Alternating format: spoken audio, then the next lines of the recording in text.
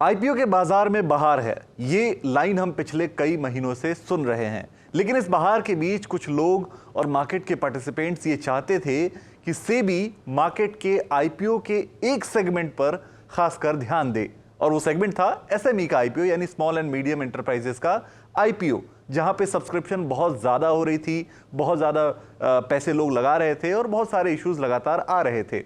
अब फाइनली काफी लंबे इंतजार के बाद सेबी ने इस एसएमई सेगमेंट को लेकर एक कंसल्टेशन पेपर जारी किया है और उस कंसल्टेशन पेपर को पब्लिक के कमेंट के लिए इशू कर दिया है। करीब 40 पेज का ये कंसल्टेशन पेपर है, लेकिन इसमें 8 बहुत अहम बातें सेबी ने कही हैं। ये सारी 8 बातों को आसान भाषा में हम समझेंगे कि आखिर सेबी ने क्या बदलाव एसएमई सेगमेंट के आईपीओ में प्रपोज किए हैं, जिन प्रपोजल्स को अगर बाद में जाके लागू किया जाता है तो वो एसएमई सेगमेंट के लिए नियम बन जाएंगे। जो सबसे पहला बदलाव है वो है मिनिमम एप्लीकेशन साइज को लेकर।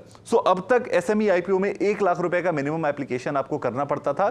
सेबी का ये प्रपोजल है कि अब इसे बढ़ाकर 2 लाख रुपए कर दिया जाए। जो दूसरा बड़ा बदलाव है वो है कि कितने लोग मिनिमम अप्लाई करने चाहिए, ताकि कितने अलॉटीज मिनिमम होने चाहिए ताकि एसएमई आईपीओ को क्वालिफाइड माना जाए, सक्सेसफुल माना जाए। तो पहले ये लिमिट 50 लोगों की थी कि अगर 50 अलॉटीज हैं तो उन्हें सक्सेसफुल माना जाता था।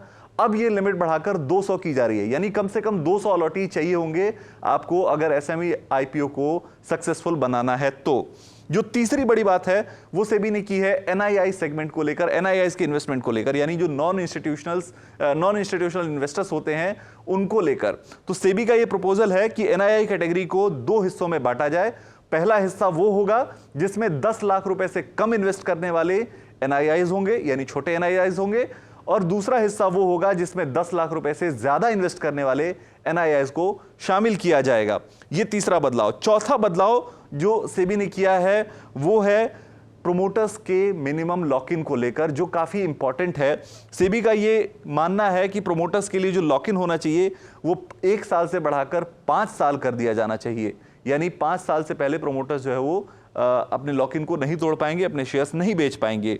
और उसके अलावा एक और उनका ये कहना है कि जो मिनिमम शेयर होल्डिंग प्रोमोटर्स की होनी चाहिए उससे जो एक्सेस शेयर होंगे उसको लेकर भी उनका ये कहना है कि जो एक्सेस शेयर्स होंगे उनका 50% जो 1 साल के अंदर बेच पाएंगे और अगला जो 50% होगा एक्सेस शेयर का वो अगले साल के अंदर बेच पाएंगे। ये एक बदलाव प्रोमोटर शेयर होल्डिंग को लेकर सेबी ने प्रपोज किया है। जो पांचवी चीज जो सबसे इंपॉर्टेंट है ओएफएस को लेकर, वो सेबी का ये कहना है कि जो ओवरऑल इशू साइज होगा एसएमई आईपीओ का उसका मैक्सिमम 20% ही आप ओएफएस रख सकते हैं, यानी ऑफर फॉर सेल के तौर पे आप पेश कर सकते हैं। ये पांचवा बड़ा बदलाव किया है। जो छठा बदलाव सेबी ने प्रपोज किया है वो ये किया है कि आईपीओ मार्केट की मॉनिटरिंग अच्छे से की जा सके, एसएमई आईपीओ के मॉनिटरिंग अच्छे से की जा सके, उसके लिए एक मॉनिटरिंग एजेंसी को नियुक्त करने की बात कही गई है कि अगर 20 करोड़ से ज्यादा कोई कंपनी रेज कर रही है तो उसकी एक्सटर्नल एजेंसी के थ्रू जो है वो मॉनिटरिंग की जाएगी। ये एक प्रपोजल सेबी ने दिया है एसएमई सेगमेंट के लिए। जो 7वां बड़ा बदलाव है वो ये कि अगर कोई कंपनी जिसका पेड अप कैपिटल 10 करोड़ से ज्यादा है और जो नेटवर्थ है वो 25 करोड़ से ज्यादा है तो उस कंपनी को मैंडेटरी होगा कि वो हर क्वार्टर में डिस्क्लोजर दे अपने बोर्ड कॉम्पोजिशन को लेकर, अपने शेयर होल्डिंग को लेकर, उसके पैटर्न को लेकर, अपने फाइनेंशियल रिजल्ट्स को लेकर, ओनरशिप को लेकर ये डिस्क्लोजर दे। ये मैंडेटरी होगा, जैसा कि मेन बोर्ड कंपनीज में होता है वैसा ही ये इंपॉर्टेंट होगा कि वो अगर 25 करोड़ से ज्यादा की नेटवर्थ रखते हैं और 10 करोड़ से ज्यादा का पेड अप कैपिटल है तो उन्हें ये सारी चीजें फॉलो करनी पड़ेंगी। जो 8वां बड़ा बदलाव है वो है कंपनी के एग्जिस्टेंस को लेकर कि कोई कंपनी कब आईपीओ लेकर आ सकती है। तो कंपनी को आईपीओ लाने के लिए, एसएमई कंपनी को आईपीओ लाने के लिए मिनिमम 2 साल एग्जिस्टेंस में होना पड़ेगा। 2 साल वो कौन से हैं? वो 2 साल हैं फुल फाइनेंशियल ईयर, यानी एक फाइनेंशियल ईयर पहला, जैसे मान लीजिए कि FY23 पूरा और FY24 पूरा, इन दोनों फाइनेंशियल ईयर को पूरा करने के बाद जो भी रेस्पेक्टिव फाइनेंशियल ईयर्स होंगे उन 2 फाइनेंशियल ईयर्स को पूरा करने के बाद ही कोई कंपनी अपना आईपीओ लेकर आ सकेगी। उसके अलावा उनका यह कहना है कि अगर कंपनी के प्रोमोटर होल्डिंग में 50% से ज्यादा का चेंज हुआ है, यानी मान लीजिए कि किसी कंपनी को किसी दूसरे प्रोमोटर ग्रुप ने खरीद लिया है, 50% से ज्यादा शेयर खरीद लिए हैं और अब वो प्रोमोटर आईपीओ लेकर आना चाहते हैं एसएमई सेगमेंट में, तो उन्हें भी 2 साल का कूल ऑफ पीरियड फॉलो करना पड़ेगा, यानी वो भी प्रोमोटर होल्डिंग में चेंज के बाद 2 साल तक वेट करेंगे और उसके बाद वो अपने आईपीओ को ला सकेंगे। सो ये 8 बड़े बदलाव सेबी ने प्रपोज किए हैं जो एसएमई सेगमेंट के आईपीओ के लिए हैं।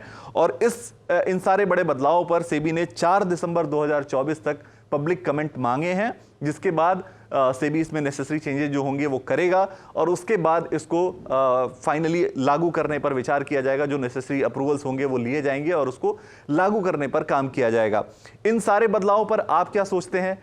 एसएमई सेगमेंट में क्या आईपीओस के ऊपर ये रेगुलेशंस फायदे के होंगे? क्या रिटेल इन्वेस्टर को इससे फायदा होगा? क्या रिटेल इन्वेस्टर के हक में ये सारी चीजें हैं? हमें कमेंट बॉक्स में जरूर बताइए और ऐसे ही जानकारियों के लिए एनडीटीवी प्रॉफिट हिंदी को सब्सक्राइब जरूर कीजिए।